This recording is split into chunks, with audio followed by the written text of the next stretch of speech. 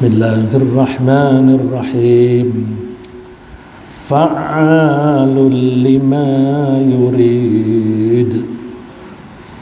Kalau kita perhatikan ayat ini menunjukkan sifat Allah.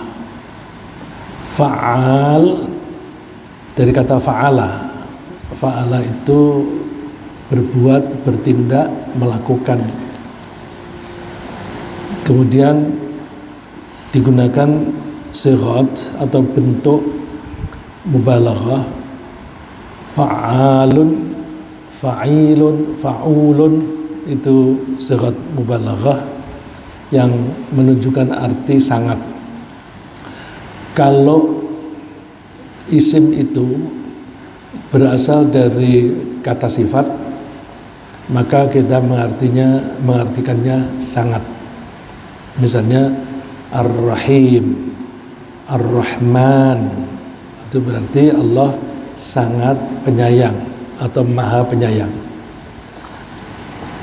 Sabur, itu Allah sangat sabar. Tapi kalau isim itu berasal dari kata kerja seperti ini, fa'al, dari kata fa'ala, maka artinya mengulang-ulang. Allah mengulang-ulang terus-menerus melakukan apa yang Dia kehendaki. Jadi fa'al, bahwa Allah itu maha melakukan, artinya selalu melaksanakan lima yurid, apapun yang Allah kehendaki.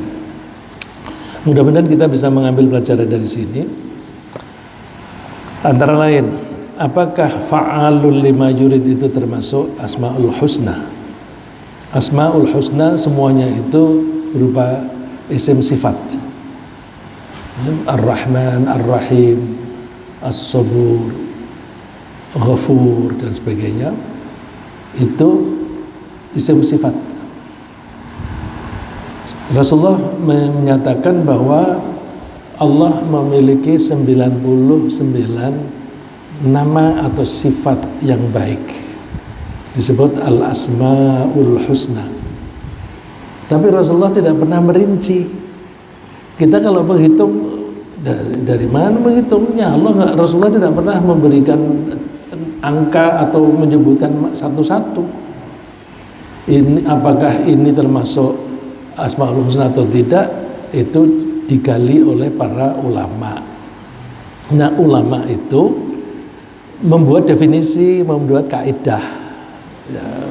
Jadi kaidah itu dibuat oleh para ulama untuk memahami maksudnya Rasulullah.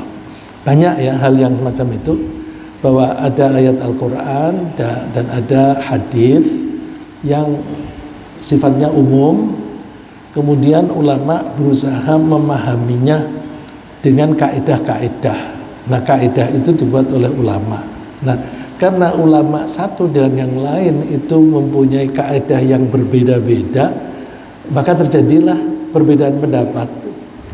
Dan kalau itu menjadi mengerucut, maka menjadi perbedaan madhab. Ya, jadi perbedaan madhab itu karena apa? Karena masing-masing ulama atau kelompok ulama itu membuat pedoman-pedoman bagaimana cara memahaminya. Jadi kita bisa memahami kalau umat Islam ini berkelompok-kelompok. Cuma kita tidak boleh terkotak-kotak. Ya, kita tidak boleh terkotak-kotak. Kita usahakan memahami kelompok ulama, pola pikirnya seperti apa, kaidahnya apa. Oh begitu, masuk akal. Kelompok yang lain itu kaidahnya itu, maka kesimpulannya berbeda lagi. Kita terima. Nah, kalau kita mau memahami semacam itu, insya Allah kita akan toleran terhadap sesama Muslim. Yang tidak toleran itu orang-orang yang mempelajari satu metode, kemudian tidak mau memahami metode yang lain, maka dianggap metode dia itulah yang benar, yang lain salah. Nah, itu yang menyebabkan perpecahan di antara kita. Ya, oleh karena itu mudah-mudahan kita ini diberi kesungguhan hati untuk mempelajari pesan-pesan Allah dan Rasul-Nya dengan tanpa menonjolkan ego kita, tanpa menonjolkan kelompok kita, supaya kita bisa tenggang rasa dari pemahaman satu dengan yang lain. Dalam hal Asmaul Husna, saya berikan contoh. Ada kelompok yang memberikan yang membuat pedoman bahwa yang termasuk Asmaul Husna adalah yang ada di dalam Al-Quran dan ada di dalam hadis, tapi kata yang disebutkan di situ kata sifat. Kata sifat. Kata sifat itu bisa isim fa'il, bisa sifat musyabahah, bisa sifat mubalaghah. Nah, kalau bukan kata sifat di dalam Al-Quran dan hadis, tidak termasuk di dalam Asmaul Husna yang 99. Tapi ada yang membuat kategori, kalau Allah melakukan itu, meskipun itu dinyatakan dalam bentuk kata kerja dan itu ada di dalam Al-Quran dan hadis, maka itu termasuk Asmaul Husna. Maka kalau kita membaca buku satu dengan yang lain, ada yang membuat daftar, inilah yang termasuk 99 Asmaul Husna. Kelompok yang lain, kelompok ulama yang lain maksudnya, itu membuat daftar 99, tapi ada yang di kelompok A disebutkan, tapi di kelompok B tidak ada. Ada yang di kelompok B disebutkan, tapi di kelompok A tidak. Itu karena kaidah-kaidah.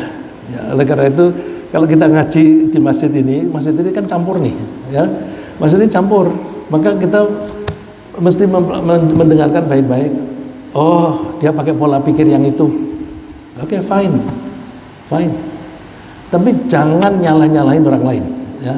Karena kalau kita menyalah-nyalahkan orang lain sama dengan kita mengaku benar sendiri. Kalau kita mengaku benar sendiri sama dengan kita sombong. Dan orang sombong itu nggak boleh masuk surga. Oleh karena itu, udahlah kita rendah hati saja. Fa'alul lima yurid. Kalau ini dimasukkan di dalam Asmaul Husna, ya satu rangkaian ini. Fa'alul lima yurid. Tidak hanya fa'al saja. Padahal Asmaul Husna umumnya kan hanya satu kata. Nah, ini kok fa'al itu berapa kata itu? Fa'al satu, li satu, ma satu lagi, yurid satu lagi. Ada 4.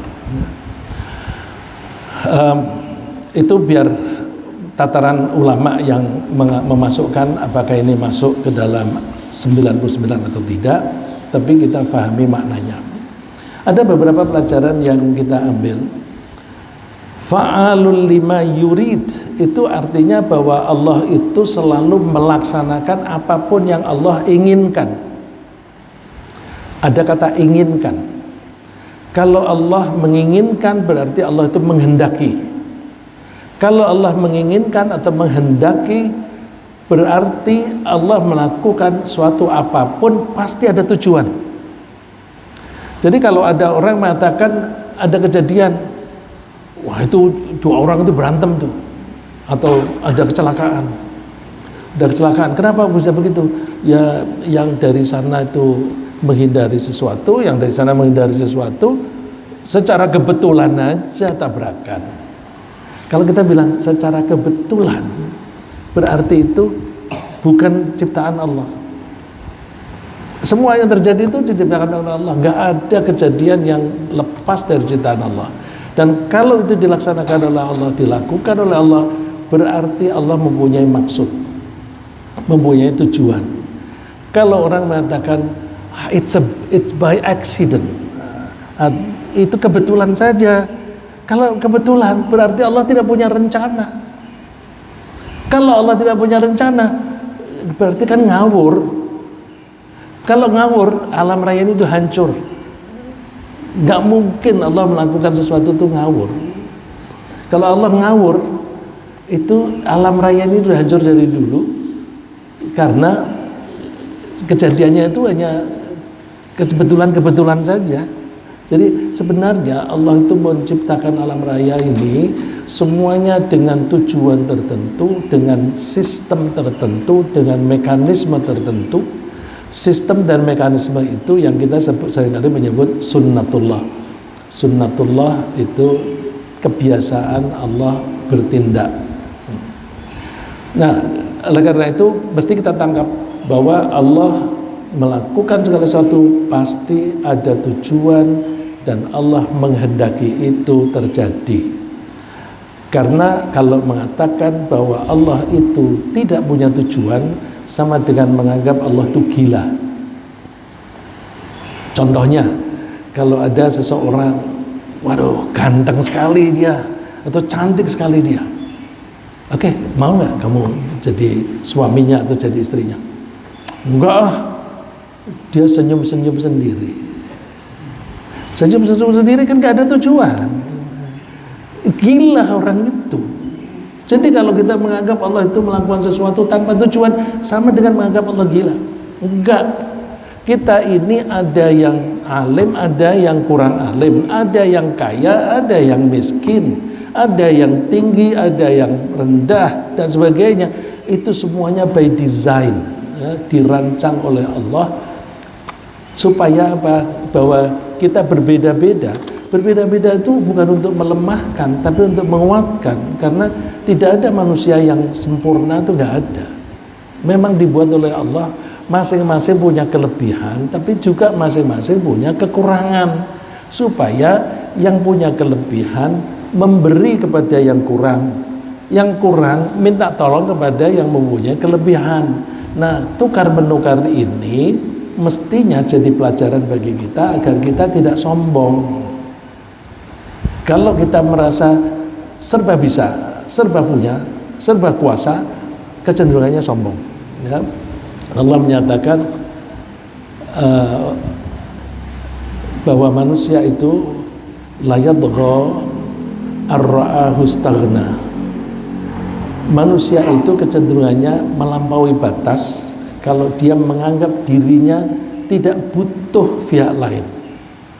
Orang yang tidak butuh itu ya merasa diri serba cukup hartanya, serba cukup kekuasaannya, aku nggak butuh orang lain. Maka orang semacam itu akan cenderung untuk merampas hak orang lain. Kalau orang itu merasa kuasa, kamu mau apa? Aku bisa memenjarakan kamu lewat KPK kek, lewat kejaksaan, lewat polisi.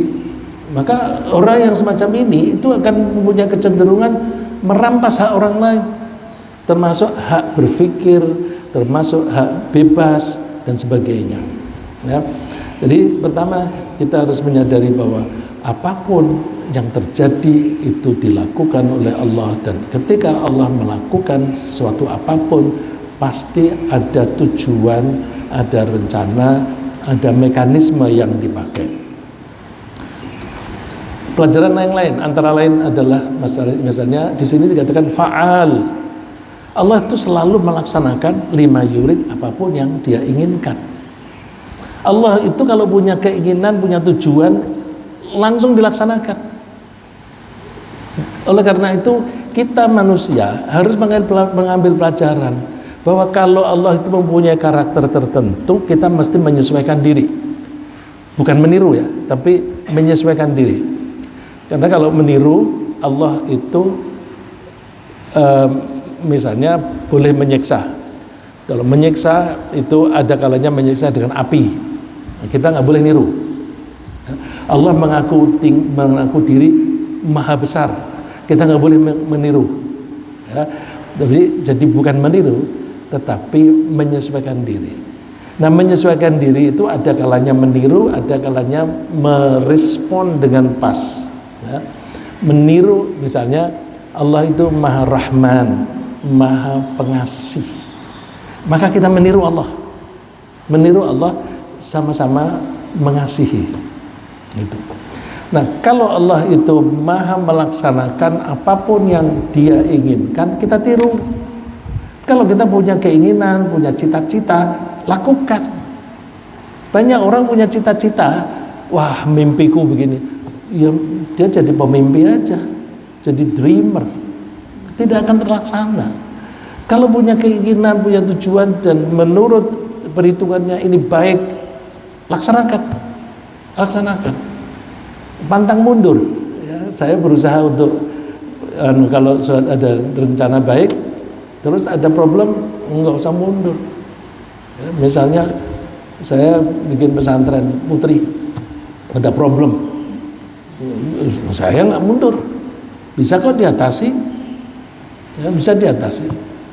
Jadi misalnya sekarang ini ada teman yang menawarkan rumahnya, kita diberi kesempatan untuk membayar kurang dari separuh.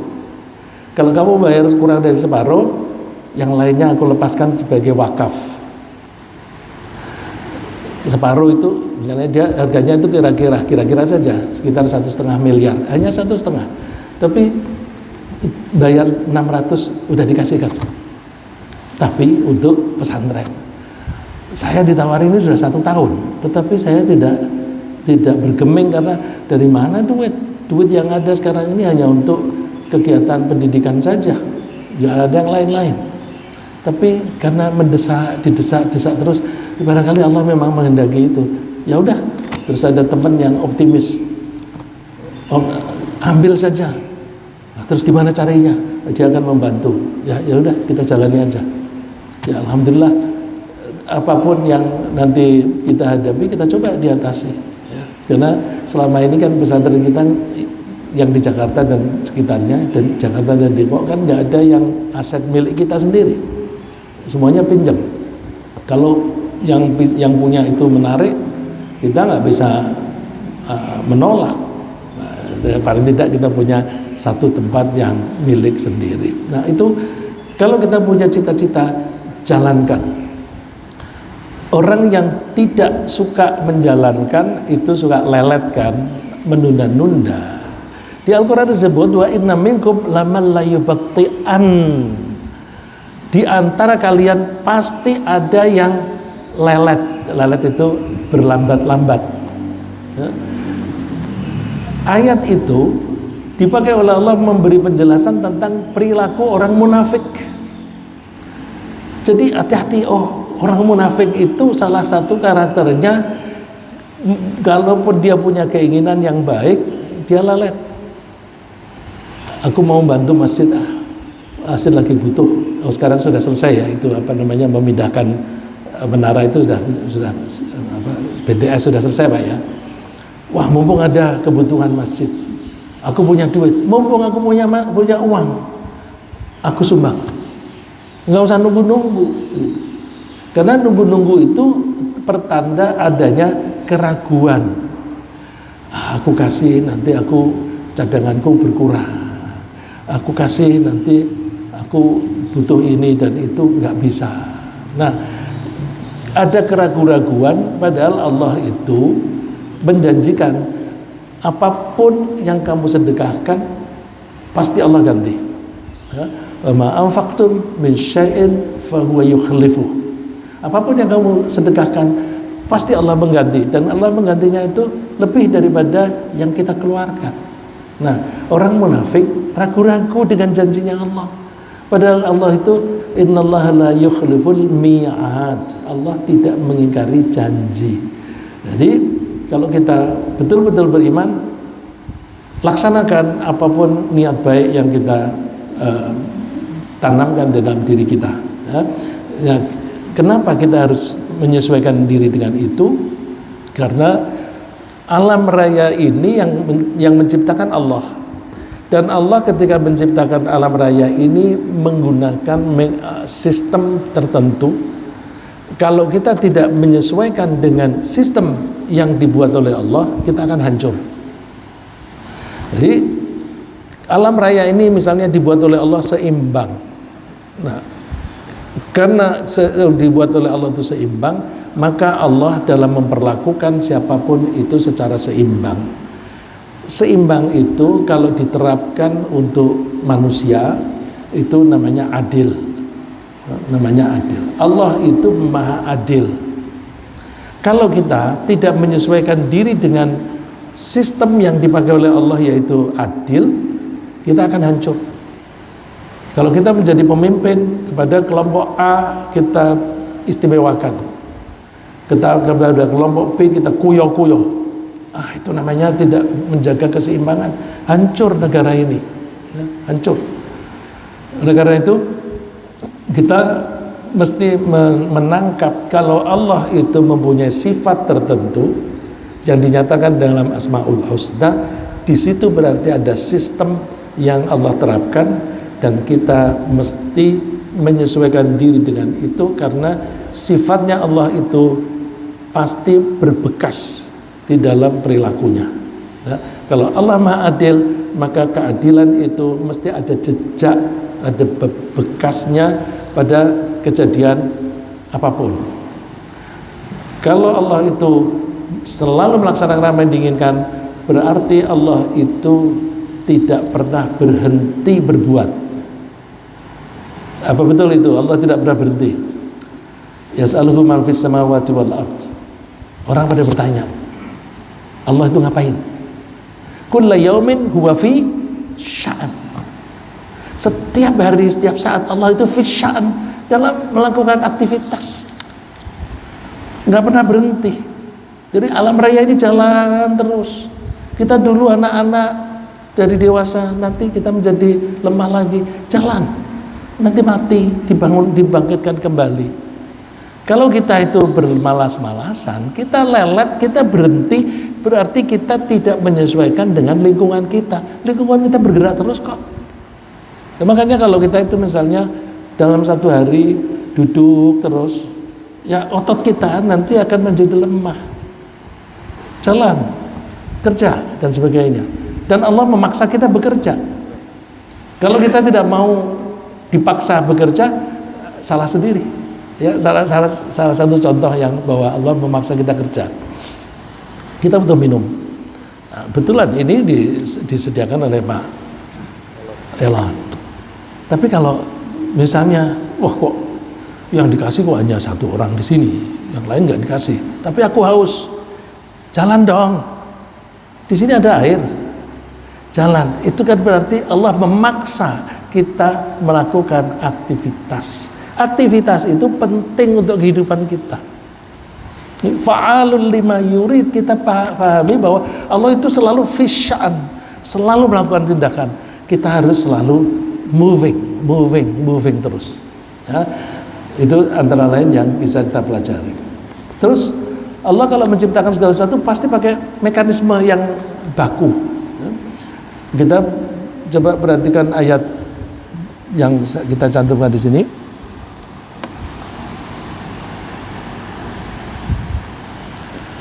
Innama amruhu idza arada syai'an ay yaqula lahu kun fayakun. Innama amruhu, sesungguhnya urusannya Allah atau perintahnya Allah. Amrun itu bisa berarti perkara, bisa berarti perintah. Idza arada syai'an, ketika menghendaki sesuatu. Ini ada kata aroda. Aroda itu akar katanya sama dengan yurid. Ya, saya ambil ayat yang relevan. Di situ ada kata yurid. Ada ayat yang lain di situ ada kata aroda. Ketika Allah menghendaki syai'an sesuatu, ayyaqula lahu kun fayakun. Allah menyatakan kun, jadilah. Fayakun, maka dia jadi. Nah, kadang-kadang orang mengartikan ini secara letterlek. Jadi kayak bim salah bim. Kalau Allah menghendaki seseorang itu, wah aku akan membuat seseorang ini ada. Misalnya mohon maaf Pak Tamrin. Allah mau menciptakan Pak Tamrin. Apakah terus tiba-tiba seumur ini? Yang enggak lah. Dimulai dari proses conception, pembuahan, kemudian jadi janin, kemudian jadi bayi, lahir, sampai besar, sampai seumur ini. Jadi meskipun dinyatakan kun fayakun, itu Allah menggunakan mekanisme baku. Mekanisme baku itu kita menyebutnya sunnatullah. Bisa enggak Allah menciptakan segala sesuatu itu seperti bim salah bim itu? Terus ada? Bisa. Tapi kalau Allah menciptakan segala sesuatu dengan cara begitu, kita nggak punya semangat. Kita tidak akan punya semangat hidup. Karena apa? Kan itu berarti arbitrary, acak, asal. Karena yang suka-suka Allah, terus tiba-tiba kalau Allah menghendaki seseorang itu kaya, ya udah kaya. Terus orang yang punya cita-cita, aku kepengen punya duit yang banyak karena aku ingin membangun masjid, misalnya begitu, dia, nah kalau Allah tidak menghendaki ya saya tidak akan punya duit banyak. Kenapa? Ya Allah kalau bikin saya kaya kan ujuk-ujuk tiba-tiba kaya. Enggak begitu, mesti pakai mekanisme. Nah, mekanisme itu yang disebut cara Allah mengimplementasikan kekuasaannya. Cara Allah mengimplementasikan kekuasaannya. Kekuasaan itu namanya qudrah. Qudrah, kekuasaan. Allah yang maha kuasa disebut qadir. Mekanisme cara Allah mengimplementasikan kekuasaannya namanya apa? Takdir. Takdir. Jadi Allah berikan contoh. Wasyamsu tajri li mustaqarril laha. Matahari itu berjalan di tempat edarnya, nggak pernah menyimpang itu, nggak pernah menyimpang. Garis edarnya ya seperti itu.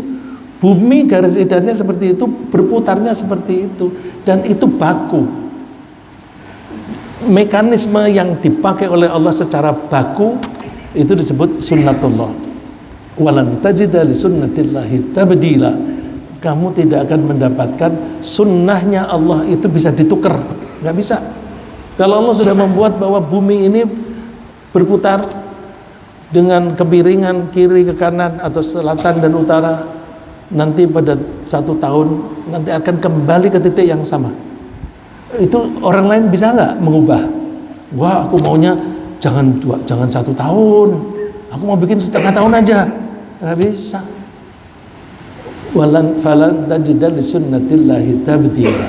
Terus walan tajida li sunnatillahi tahwila. Kamu juga tidak akan mendapatkan sunnatullah itu berubah, tidak bisa ditukar dan tidak bisa berubah. Kalau Allah membuat kertas ini, kalau saya lepaskan dia jatuh ke bawah, coba aja ubah, nggak ada orang yang bisa mengubah dan tidak ada yang bisa menggantinya. Aku maunya jatuhnya ke atas, nggak bisa. Ya. Jadi Allah itu maha kuasa, qadir. Implementasi dari kekuasaannya adalah takdir, dan ketika Allah melaksanakan qudrohnya, melaksanakan kekuasaannya, Allah itu menggunakan sistem. Maka ketika dikatakan fa'alul lima yurid, Allah selalu melaksanakan apa yang diinginkan. Ketika Allah melaksanakan keinginannya itu pasti menggunakan sistem dan mekanisme. Kenapa begitu? Karena Allah sayang pada kita. Mekanisme itu mesti ada perhitungannya, dihitung. Wa ahsa kulla syai'in adada. Allah itu menghitung segala sesuatu. Bukti yang jelas bahwa jadwal sholat subuh pada tanggal 22 Juli, daftar jadwal sholat subuh di Jakarta Timur itu tahun depan pada tanggal yang sama akan sama persis. Maka jadwal yang ada di sana itu dibuat 1 tahun dan itu akan berbalik lagi. Itu artinya Allah selalu menghitung dengan tepat.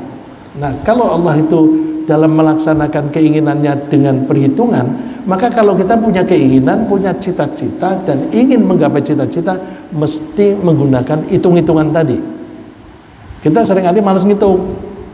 Makan, udah leb-leb aja asal enak. Tidak pernah menghitung kandungan kolesterolnya berapa, kandungan asam uratnya berapa, kandungan lemaknya berapa. Tahu-tahu sakit gitu. Ya Allah menghitung. Buktinya kalau ternyata kolesterolnya terlalu tinggi, Allah memberi peringatan kepada kita, dibikin sakit. Ya, jadi kalau dikatakan kun fayakun itu bukan sulap. Ya. Bagaimana dengan Nabi Ibrahim?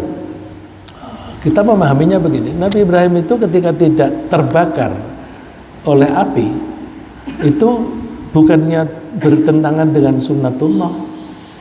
Allah menggunakan sunnahnya. Cuma kita ini kadang-kadang hanya mengakui yang kita bisa lihat. Kita bisa melihat bahwa kalau api kemudian dikasih isolator, maka isolator itu membuat api itu tidak menjalar. Terus kita kalau melihat dengan mata, nggak ada itu isolatornya antara Nabi Ibrahim dengan apinya. Itu kan mata kita. Allah bisa membuat isolator yang kita tidak melihat. Jadi Allah memang membuat isolator di situ sehingga sunnatullah bahwa api itu membakar itu tetap berlangsung terjadi, tetapi api itu tidak membakar Nabi Ibrahim karena ada isolator. Bahwa banyak hal-hal yang kita tidak bisa melihat itu kalau kita membaca sejarah, misalnya Abu Jahal itu bertanya kepada teman-temannya, kamu lihat nggak Muhammad sujud sholat di sini? Ada tuh lagi sholat. Awas, aku mau jatuhin batu, aku injek kepalanya, terus bawa batu menghampiri Rasulullah. Begitu dekat dia berbalik lari. Orang-orang yang ditanya tadi, mana Muhammad? Itu terus mereka tanya, kenapa kamu balik? Iya, di antara aku dan dia itu ada parit yang penuh dengan api dan di situ ada sayap, ada sayap-sayap. Jadi ada malaikat di situ, ada api yang orang biasa tidak melihat, tapi Abu Jahal melihat. Supaya dia takut, dia lari. Nah itu kan berarti sunnatullah juga berlangsung, cuma kemampuan melihat kita terbatas. Ya, kita hanya bisa melihat yang seperti yang kita lihat ini, tapi di luar itu kita nggak bisa. Padahal di dalam diri kita juga ada yang kita tidak bisa melihat. Roh kita, siapa yang pernah melihat roh kita? Tapi Allah memberi informasi bahwa kita punya roh, ya, dan seterusnya. Ini saya teruskan. Dan kalau Allah sudah menghendaki sesuatu dan Allah melaksanakannya, nggak ada orang lain yang bisa menghalang-halanginya. Ma yaftahillahu lin-nasi min rahmatin fala mumsika laha wa ma yumsik fala mursila lahu min ba'dih wa huwal azizul hakim. Kalau Allah sudah menghendaki seseorang mendapatkan rahmat dari Allah, jadi Allah sudah mau memberi rahmat kepada Pak Andi misalnya, fala mumsika laha, nggak ada orang yang bisa menghalang-halangi. Kalau memang jatahnya Pak Andi mendapatkan rizki hari ini, misalnya dapat keuntungan 10 juta, terus ada yang dengki, oh jangan dapat dia, jangan keuntungan itu jangan ketangkap oleh dia, kasihkan pada Pak Boyke. Dia rekayasa macam-macam, nggak bisa, karena memang Allah sudah mentargetkan rahmat itu kepada Pak Andi. Sebaliknya, wa ma yumsik fala mursilalah.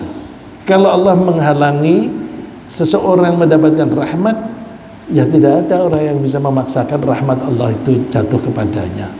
Jadi Allah mempunyai hak prerogatif yang tidak bisa diganggu gugat. Hak prerogatif itu dicerminkan bahwa wahwal azizul hakim. Allah itu maha perkasa, gak ada yang bisa mengalahkan Allah. Al-Hakim, maha adil. Hakim itu dari kata hukmun. Hukmun itu keputusan atau peraturan. Allah itu menerapkan peraturan seperti apa adanya. Kemudian karena Allah itu mempunyai hak prerogatif mutlak, maka tidak pada tempatnya Allah diminta pertanggungjawaban. Tidak bisa dipersoalkan. Kenapa sih Allah mau menciptakan itu? La yus'alu amma yaf'alu wa hum yus'alun. Allah itu tidak pada tempatnya untuk ditanya tentang apa yang Allah laksanakan. Manusialah yang diminta pertanggungjawaban. Kalau Allah enggak. Pelajaran yang kita ambil, kalau kita mengalami satu nasib Jangan menyalahkan, kenapa aku sakit-sakit melulu, aku dikasih ujian, kasih cobaan kok terus menerus. Kenapa sih Tuhan menguji saya, memberi saya cobaan kok terus menerus? Itu kan berarti mempertanyakan Allah. Tidak pada tempatnya mempertanyakan Allah. Yang dipertanyakan kita sendiri. Wahum yus'alun, kita mesti bertanya. Kalau misalnya saya sakit, jangan bilang kenapa Allah membuat aku sakit. Tetapi kalau bilang kenapa Allah membuat sakit, berarti mempertanyakan pada Allah. Tapi kenapa sih saya sakit? Salah apa yang saya lakukan? Ya, biasanya kalau kita sakit kan karena kesalahan kita sendiri, gitu. Karena Allah membuat kita tuh, bayi umumnya kan sehat. Bagaimana kondisi bayinya? Alhamdulillah sehat, sempurna, sehat. Tapi kok ada yang kemudian sakit diabetes, sakit stroke dan sebagainya. Wah ya, Allah sudah menciptakan kamu dulu sehat kok. Kalau itu rusak, ya kamu. Seperti kita beli mobil dari showroom gitu, semua dites bagus. Kemudian kalau rusak, nyalain showroomnya, nyalain pabriknya, nggak bisa. Waktu aku serahkan kepada kamu itu dulu baik. Kalau kemudian ada kesalahan, kerusakan, bagaimana kamu merawatnya dan sebagainya, ya. Terus, dan Allah kalau menghendaki pasti yang dikehendaki itu kebenaran. Wa yuhiqqullahu al-haqqa bikalimati. Allah itu mengokohkan kebenaran. Haqqun itu kebenaran. Allah membenarkan yang benar. Jadi berarti Allah itu mengukuhkan kebenaran bikalimati, dengan ayat-ayatnya, dengan kekuasaannya, dengan kalimatnya. Walau karihal mujrimun, meskipun orang-orang yang suka berbuat dosa itu tidak suka.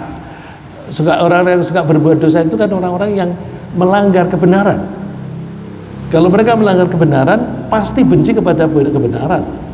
Maka orang-orang koruptor pasti benci kepada Islam. Karena Islam maunya jangan korupsi, tapi mereka maunya korupsi. Maka Islam pasti dimusuhi oleh orang yang mengingkari Allah, orang kafir, diingkari oleh orang munafik, diingkari oleh orang-orang yang suka berbuat dosa. Nah, juga Allah kalau menghendaki sesuatu pasti yang baik. Nah, misalnya, Qulillahumma malikal mulki tu'til mulka man tasha' wa tanzi'ul mulka mimman tasha' wa tu'izzu man tasha' wa tudhillu man tasha'. Allah itu memberi kekuasaan kepada orang yang dikehendaki, mencabut kekuasaan dari orang yang dikehendaki, membuat mulia atau hina kepada orang yang dikehendaki. Kuncinya apa? Biyadikal khair. Hanya di tanganmu lah semua kebaikan. Jadi apapun yang dilakukan oleh Allah itu baik. Innaka ala kulli syai'in qadir. Sesungguhnya engkau maha kuasa atas segala sesuatu. Dan kalau Allah menciptakan segala sesuatu, untuk ukuran kita mesti gampang, ya, mesti gampang. Yuridullahu bikumul yusra wa la yuridu bikumul usra. Allah itu menghendaki yang gampang-gampang, bukan yang sulit-sulit. Salat gampang, kita disuruh sujud, kita diberi kelenturan sendi-sendi kita, otot-otot kita, sehingga kita melakukan sujud itu enak, nyaman dan sebagainya. Kalau lagi sakit, ya udah lakukan apa yang kamu bisa, itu berarti gampang. Terus Allah itu juga maunya kalau memberikan tugas kepada kita itu yang ringan. Yuridullahu ayyukhaffif ankum. Allah itu menghendaki keringanan bagi kalian. Kenapa?